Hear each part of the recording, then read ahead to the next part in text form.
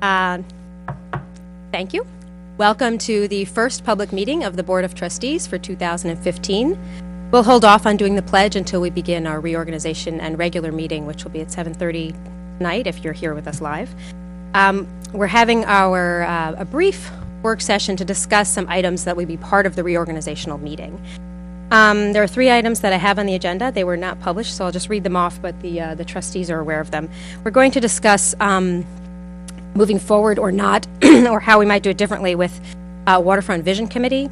And then all the trustees will have an opportunity to discuss the assignments of their liaison commitments. And then we are also going to meet Dana White, who I am recommending to become our new village historian. She'll have a chance to introduce herself formally to the board in this manner, and they can ask her some questions. So, the reason I wanted to bring to discussion the Waterfront Vision Committee is it had been suggested that perhaps that committee should be decommissioned because it's, as happens from time to time with committees, it doesn't seem to be as focused or as productive as it was intended to be or has been or had been in prior years. I'm hesitant to decommission a committee of citizens. Just generally I'm hesitant, but particularly at this moment when it seems like we may want to have additional focus on our waterfront with the construction at Harbor Square and the soon-to-be Promenade Park. So I'm wondering if my colleagues on the board we could engage in just a 10 or 15-minute discussion on if we wanted to continue it but reimagine it with a new structure. Perhaps making a very specific invitation to all of the entities that are on our waterfront to be part of regular discussions, as well as community members at large. And I'm thinking, all the way from Shadamuck and the Boathouse and Westerly Marina, Boat and Canoe Club, Harbor Square, and of course the parks. Because there's going to be a lot of changes, and if we give perhaps some clarity of a mission, purpose, as well as a pathway for how they might affect some changes and hopefully to help connect our waterfront entities to each other as well as to the downtown. Perhaps it could become a more vibrant group. So that's my intro. Does anybody have anything to add or suggest?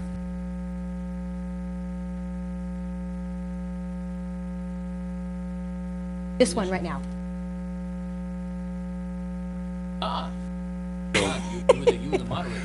Well, yeah, no. The Waterfront Vision Committee was something that was initiated by Sue Donnelly, and I had been the chair of that committee in advance of my appointment to the board of.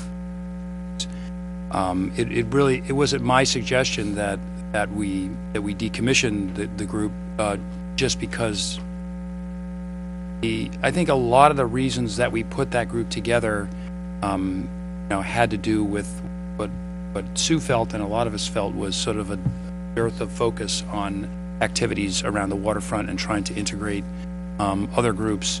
In the beginning there was a lot of participation. We had participation from property owners on the waterfront. We had a lot of other interested parties would come to the meetings, and we kind of re-energized the waterfront concerts. We put together, one thing that we were working on that we hadn't quite finished was we were putting together a sort of a waterfront, a kayak tour of Ossining. We were working with Captain Craven on that, and obviously we tried to raise the notion that the waterfront has great potential, and there were a lot of things that we could do with it.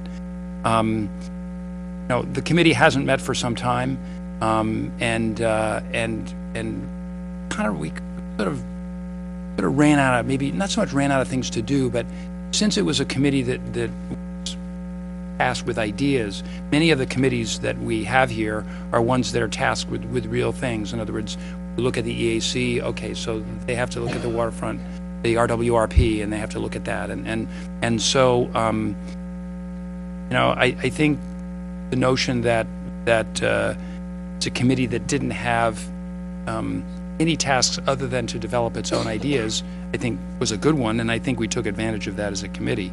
The reason that I felt like decommissioning might be an option is because I think that there are new committees that are emerging that could perhaps take on some of the activities that we had done. You know, I know that we're working on a downtown events committee, and we're working on a lot of other things. You know, I only brought it up because I know that it hasn't met, and I see no reason to have a committee that doesn't meet part of the program here. And I'm certainly open to any ideas about reviving it or combining it with other committees, and that was my suggestion to Victoria, was that, you know, some of the things that we did might be added to other committee activities. The EAC in particular, although they deal with the LWRP, they really sit on a committee that thinks about all the uses and activities that have to do with the waterfront from Route 9 to the river. And so sort of from a jurisdictional perspective, it could make a lot of sense for that committee to pick up some of the ideas that we have. So, and then the other part of it too is just we've had, I think, you know, I mean, I don't know whether that's going to change, but we certainly had some challenges in getting people to join committees. We've advertised for committees and stuff like that. I think perhaps now maybe with Victoria new leadership, maybe that'll change. Maybe more people will come out and want to volunteer for committees involved. So that's kind of the big picture. I brought it up because I was, as I said, I don't see having a committee for the sake of having a committee. It's a purpose. It needs and it needs our support too.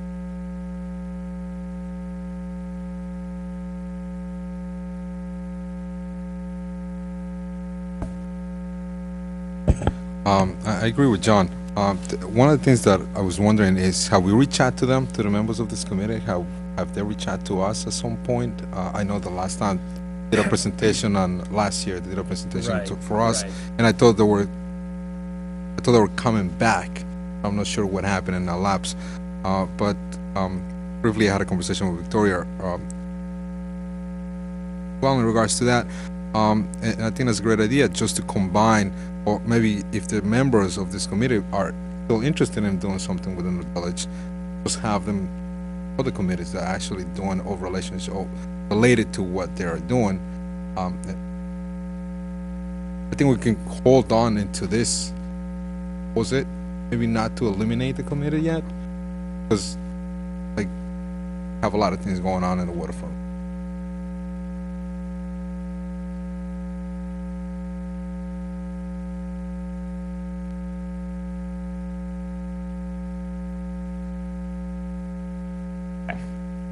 I agree. A lot going on at our waterfront right now, and it kind of seems out. A lot of good. Time for us to kind of find it.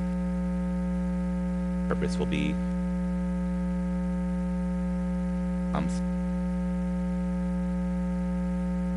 Yes.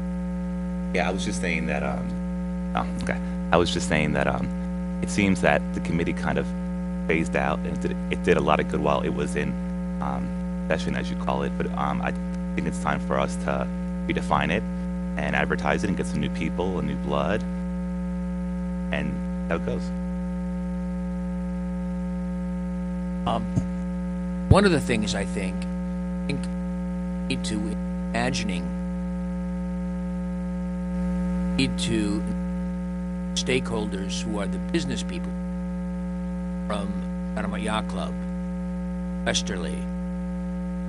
Well, just to be clear, we invited those people to come to that committee, and they came to the meetings for a while, and then They went away.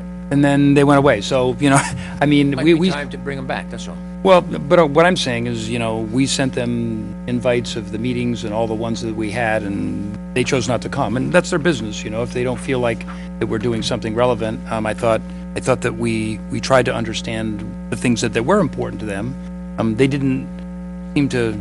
Well, there was a little bit of friction in the beginning, but I think at the end of the day, one of our members said some things that was kind of out of school, and that created small controversy. But But at the end of the day, I think they understood our purpose, and they certainly supported some of the things we were trying to do, trying to get, obviously focus on the waterfront, activity-based things, trying to bring something to happen down there. So that was certainly part of it, but maybe need to that re-engagement that you're talking about.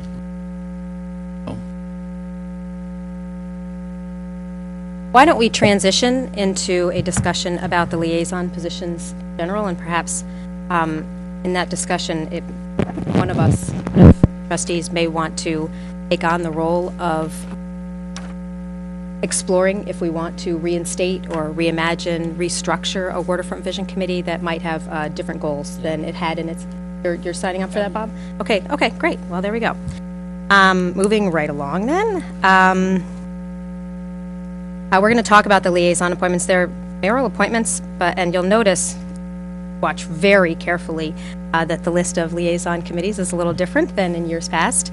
And I'll just comment to my trustees more than anyone. I did not include in this list IMA committees or collective bargaining subcommittees, and the reason for that is when as needed, we'll create those committees, just like in last year.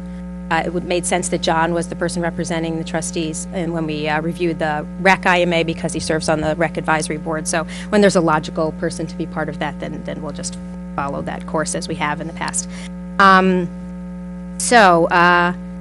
For the public to know, we started off by, I sent out the list to all of the trustees, and I asked everyone to indicate where you would like to serve, where you feel you can serve best. And the reason for that is, just as John pointed out, he identified a committee that hadn't been very active, and either it should be active or it shouldn't be happening. So we all try to do the very best we can in dedicating our time to working with our committees and the community. So hopefully this list is reflective of where you feel you can best commit your time. Now, some folks responded to my invitation to identify where you wanted to be with a couple of committees they wanted, and some folks had nearly every committee that they requested, so not everybody got everything that they wanted. So if you haven't gotten much of a chance to review the list, please do so now, and if you want to do some horse trading amongst each other, then have at it. I'll You're tasting. let me begin by saying that I'm very pleased with the different assignments that I've been given, and I'm certainly happy with that. I've been working with the fire department for a number of years, and also with the REC advisory board, and so those are two that I had specifically asked for. The EAC was a group that I had been involved with when I was first appointed as a trustee, and there's another one, the Ossining Arts Committee, that I'm very excited about that. I think that has great potential for the village, and also Sustainable Westchester, given some of the work that I've done around Energize Ossining and things of that nature. So I'm pleased with the groups that have been selected for me.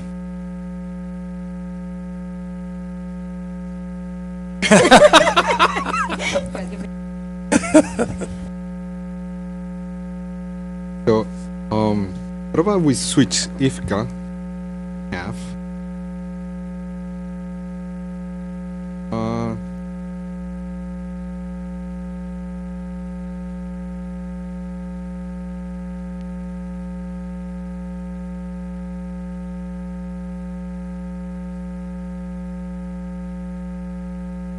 Yeah, well, that's part of the IFCA.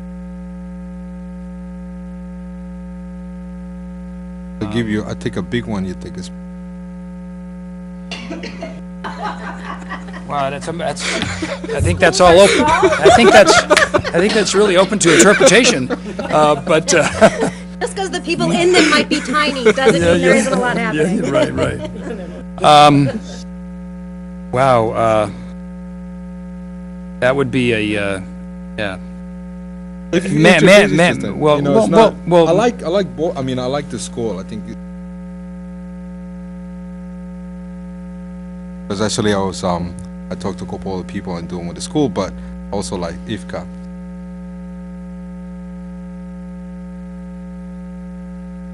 It's up to you. Yeah, You want to toss I a think. coin? Well, I think we can. have a discussion about it. I kind of, I guess, liaison to the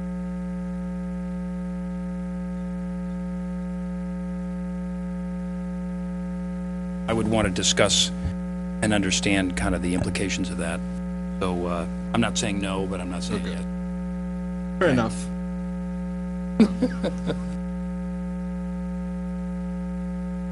Oh, no, it's okay. Oh, I was asking what voucher review backup for. Oh. One of the things that I love about doing what the vouchers is for folks. Not a nickel of your tax dollars spent by this village without a board member signing off on it. Phone bill doesn't get paid, fire truck doesn't get bought unless one of us signs off on it. Every nickel. Best way to learn how the village functions, where the money goes, how we spend the money. And when I came on the board, Donnelly said, "Come with me. I'm going to teach you vouchers." And I may not ever forgive her, but no, in all seriousness, it was the best thing she has ever done for me, because it has really allowed me to understand what makes the village run. Big bags of money, paper. And I'm going to do for Omar, Donnelly did for me. I'll teach him to do the vouchers, some of it, that he gets a sense of where the money goes, so that when I'm not here, have somebody who also give him a chance, and the inner are in depth. And now, as for the other committees, I could not be happier. I have most of the same committees that I've had before, and I really like that separated police department, civilian police people, so I'm happy with that. And I have a new committee, Voting Safety and Environmental Protection Committee. That's going to be made up Riverkeeper, the Coast Guard, the Army Corps of Engineers, and the boat and the marinas. Recreational boating is the fastest growing area in the country, and all boat recreational boating at exponential rates here on the Hudson, as well as commercial traffic on the. All these things have a constant. Getting all the stakeholders together on a regular basis, I think, is a great idea. Happy to.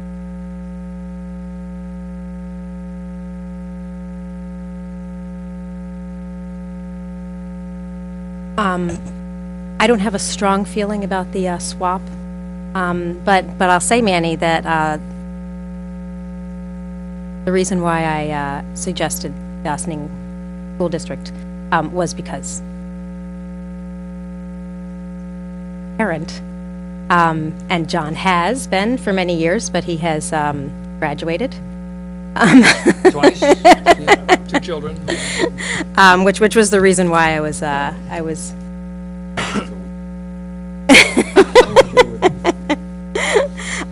but you'll notice I didn't give myself very many specific assignments, because there are several of these that I know I look forward to being involved in. But one of the ones on the list that I specifically did give to myself was the school district. So, and especially because a lot of those things do happen during the day. You okay with it?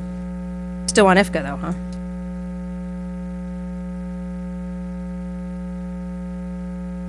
So you want all the safety net org. I thought it was important to me because a lot of those deal with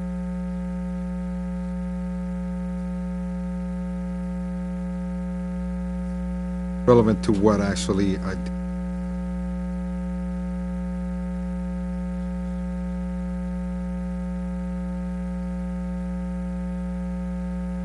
Like I said, Christmas wish list.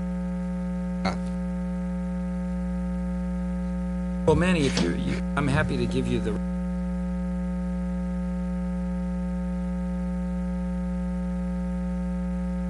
About this, about we both liaison. So if I'm not be able to, Perfect. fair enough. All the safety nets. Okay. Correct.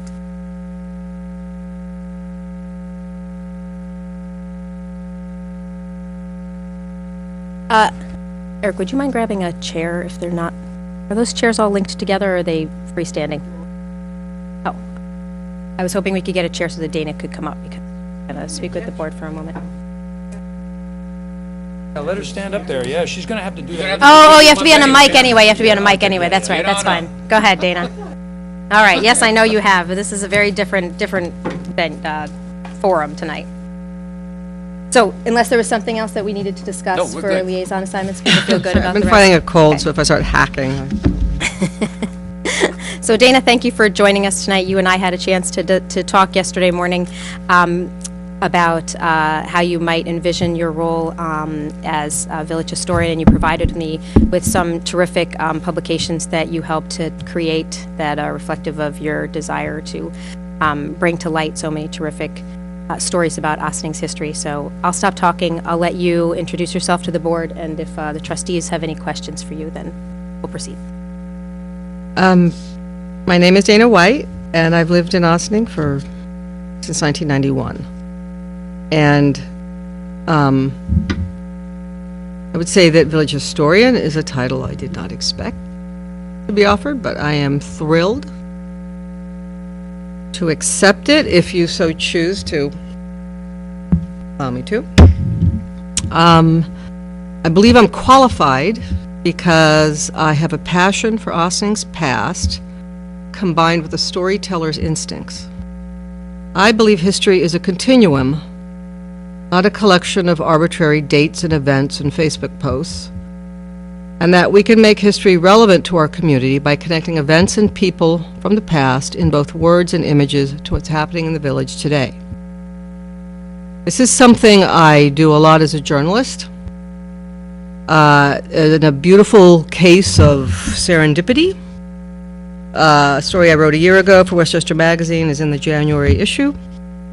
And it's a story on the first families of Westchester, which required, and all they said was, go do it. I found the people. I seduced them into talking to me. It wasn't easy. I got the photos, I did the interviews, and I found the story to tell about each of these four families, including the John Jay descendants.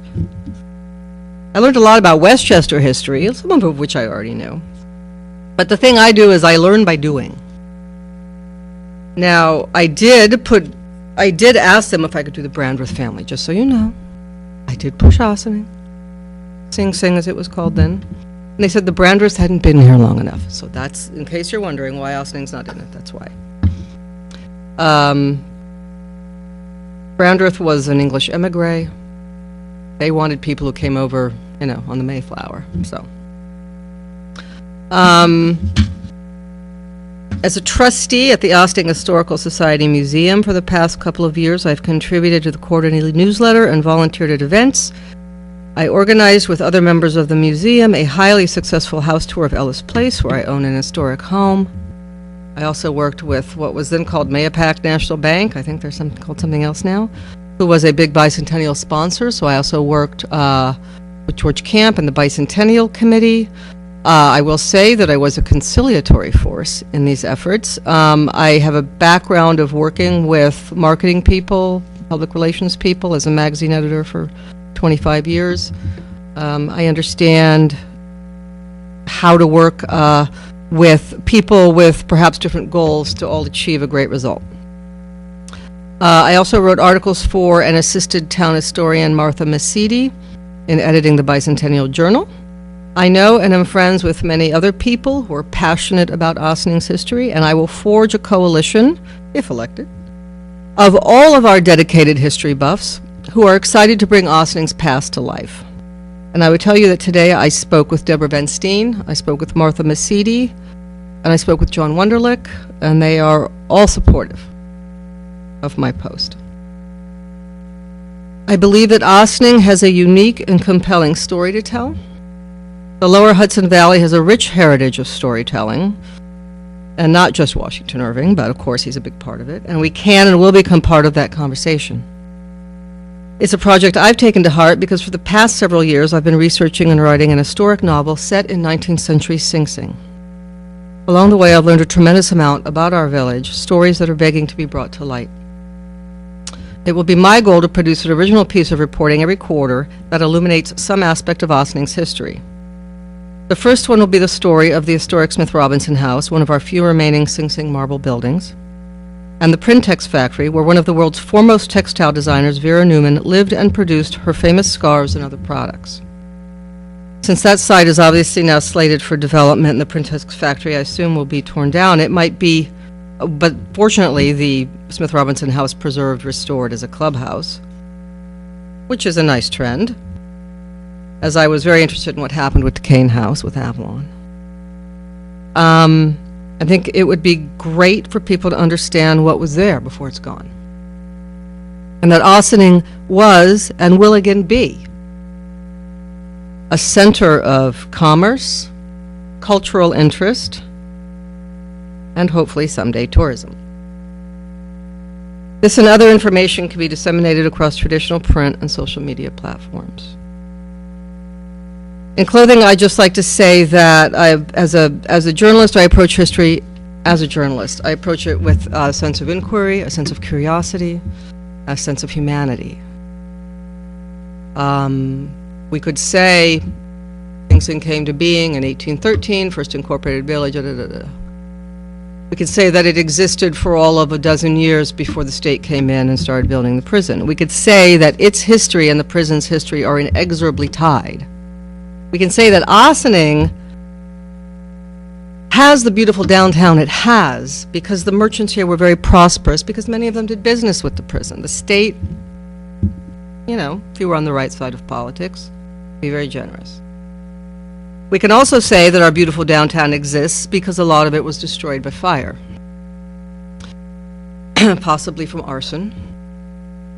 Things were rebuilt a little more quickly back then. Everybody had an insurance policy. Fire was a fact of life. We could say that the horrible fire that claimed the buildings on Main Street in the 1990s were a continuum of an unfortunate trend of when fire meets wood.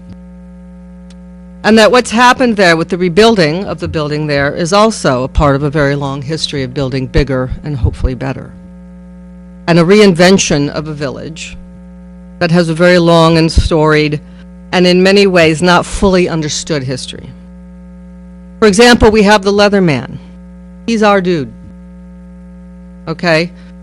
He's famous. He wasn't in the grave, they were hoping, whatever. But you know what? We have historical figures of great intrigue that we can leverage. I will say that I do feel that through events, talks, through community-wide efforts, we can have people come to appreciate the village that they live in. If they appreciate the village they live in, maybe they won't throw the candy wrapper on the ground. Maybe they won't throw the beer cans on the ground at the park. Maybe they will understand the special place that we are. I've grown to understand it. I lived here for a long time where my main job was to get on the train in the morning and to come home at night. And I lived here. And my kids went to school here. 2 of them graduated. But only since I stopped chasing my career and started paying attention to the place I live,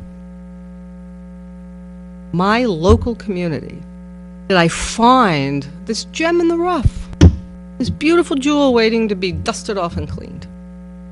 Now, if the prison museum happens, and I know that there is now an exploratory committee, there is a grant that is going to go toward creating a marketing program, hopefully towards stabilizing the old cell block, the early stages of making this happen. I do believe this will happen. I would love to have a role in making sure it happens in a way in which the experience of the prisoners is not seen as trivial, but as continuing to be an effort at redemption, which has been on and off less and less, less and more effective depending on on, various forces. So, I mean, all I can say is that the history of Ossining is a passion for me, that I am collaborative.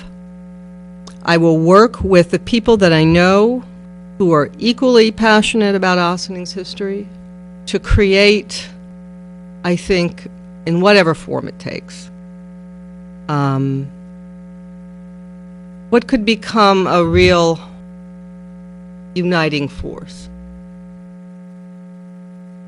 And I don't think history should be repeated. I think it can be learned from.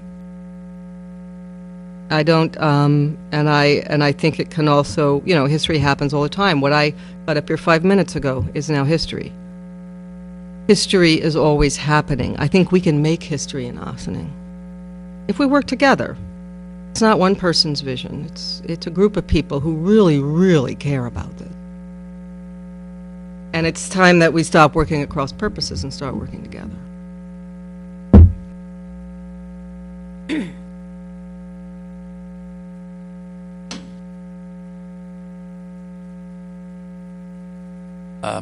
Here.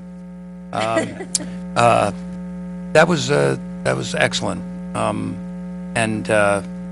I was prepared to say yes before I came here because I knew about Victoria had made me aware of your interest in, or as I guess she created some interest for you and said yes. But I certainly embrace all the things that you said, various reasons, and I think the idea of a quarterly, great idea. I think that your work as a writer, as somebody who's constantly writing all the time, I think that creates a huge opportunity to, as you say, push out all the different interesting anecdotal information about our village and about the history. And I know that's one of the things that I'm very concerned about. I think that as people get older and God rest their souls, move on, a lot of times they take with them very precious anecdotes. And if there was anything I would hope from the historian, if you could find some time for that, is you're already doing it as part of your fiction, but maybe to document some of the stories that some of the folks that have lived here in Ossining 60, 70, 80, all their lives, they know about things that happened here that are so unique and small and private, yet reflect the time of their culture. I've always looked at history in terms of architecture, and I've spoken about that many times here, but I think that it also happens in the history of the people that lived here, and I think you'll embrace that. I'm excited to read your book, so.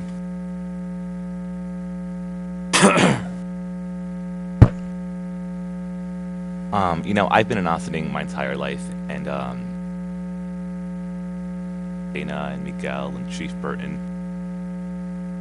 constantly learning new things. And I love how you said that, once someone has an understanding or just of their community and its fabric and where it has come from, how that will, they're just, being more educated, but a change of behavior. Inspire, hopefully, care more, pay attention as you up to, and it's not just that we serve our history, but but as John said, we our youth community and our school, our different cultures. Very important for everyone to know that they're part of the new Ossining and how it began. Thank you.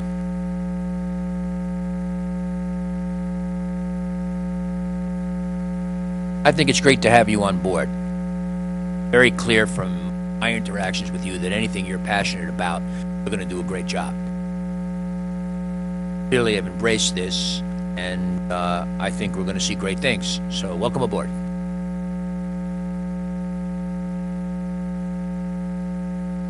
I totally agree with you when you said a lot of people, when you worked in the city or came home, that was your that feeling.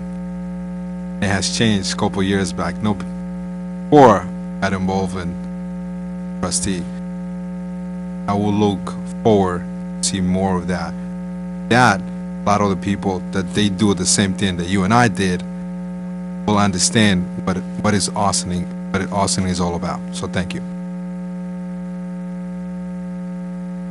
So then, I believe there was still a blank spot in the agenda for this evening. So if Madam Clerk, add Dana White as the village historian, and we'll officially vote on approving that recommendation later in the reorganizational meeting. Also, I will I'll read through the full list during our reorganizational meeting of the mayor's appointments, but I'll forward an electronic copy, Christina, and Mary Ann, so it can be included in the minutes formally. Okay. With that, is there anything more that we need to consider in our work session this evening? That's all I had on the agenda, but I wanted to, okay. Well then, thank you very much for joining us for the first work session of the year. It was a reorganizational work session, and I'm very pleased to have had so much participation by everyone. And I don't know. To adjourn, or- We do a motion to adjourn, or Okay. So moved. all in favor? Aye. All right. All right. Well, with that, we look forward to seeing you at the organizational meeting and the regular meeting happening in real time at 7:30 tonight, January 7th. Thank you very much.